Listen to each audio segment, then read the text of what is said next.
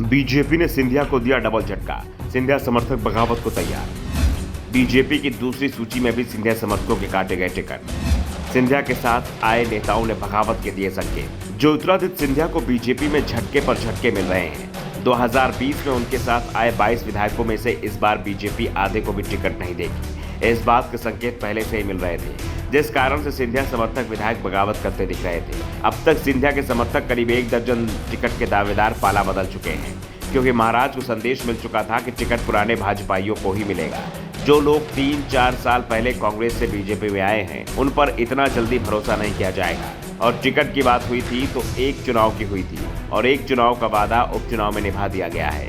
जब बीजेपी ने सिंधिया के साथ आए सभी 22 लोगों को 2020 के उपचुनाव में टिकट दे दिया था, अब 2023 और इस बार लड़ाई सत्ता के लिए है, इसलिए चुनाव में टिकट देने का पैमाना बदल गया है। महाराज की सिफारिश से किसी को टिकट नहीं दिया जाएगा, और खास तौर पर ग्वालियर चंबल रीजन में, जहां पार्टी की स्थिति सबसे कमजोर बताई जा रही है, तमाम सर्वे बीजेपी को 5 से 10 सीट के बीच दे रहे हैं, जबकि इस रीजन में 34 सीट है। यानी बीजेपी की हालत इस बार 2018 से भी खराब बताई जा रही है।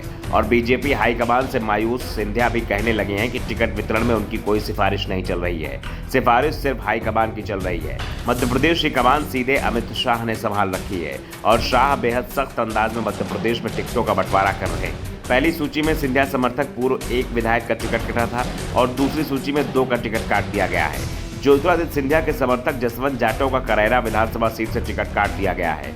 2018 में ये कांग्रेस से विधायक चुने गए थे। सिंधिया जब दल बदल कर भाजपा में शामिल हुए तो सिंधिया के साथ जसवंत जाटव भी भाजपा में आ गए थे। उसके बाद 2020 में हुए उपचुनाव में जाटव कांग्रेस प्रत्याशी से हार गए थे। अब साल 2023 के विधानसभा चुनाव के लिए भाजपा ने यहाँ से रमेश खटीक को प्रत्याशी बनाया है। वहीं तिमनी विधानसभा सीट से गिरिराज दंतौतिया को टिकट नहीं दिया गया है।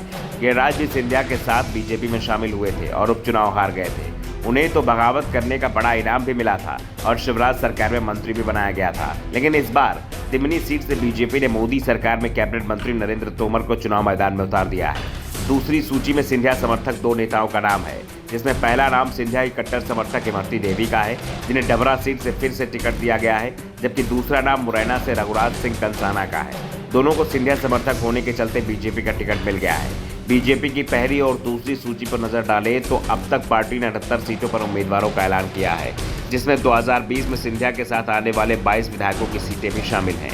इन 22 में से बीजेपी ने अभी तक 5 सीटों पर उम्मीदवार घोषित किए हैं, और 5 में से सिंधिया समर्थक सिर्फ 2 उम्मीदवार पर ही दांव लगाया है। यानी चुनाव से पहले बीजेपी ने साफ कर दिया है कि महाराज के दबाव को स्वीकार नहीं किया जाएगा। टिकट उसे ही मिलेगा जो अमित शाह के सर्वे मजबूत होगा, और शाह के सर्वे में सिंधिया के उम्मीदवार कमजोर दिखाई दे रहे हैं। इसलिए अभी तक जो उम्मीदवार घोषित किए गए हैं उनमें सिंधिया समर्थकों के नाम नहीं दिख रहे हैं।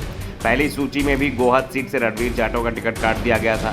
सिंधिया समर्थकों के जिस हिसाब से टिकट काटे जा रहे हैं उससे एक बात तो तय है कि अभी तक उन सीटों पर उम्मीदवार घोषित किए गए थे जहां सिंधिया समर्थक 2020 का उपचुनाव हार गए थे, और बीजेपी के सर्वे में जो सिंधिया समर्थक 2020 में उपचुनाव हार गए थे उनकी हालत भी खराब बताई जा रही है। Bureau report, the Dhakad news.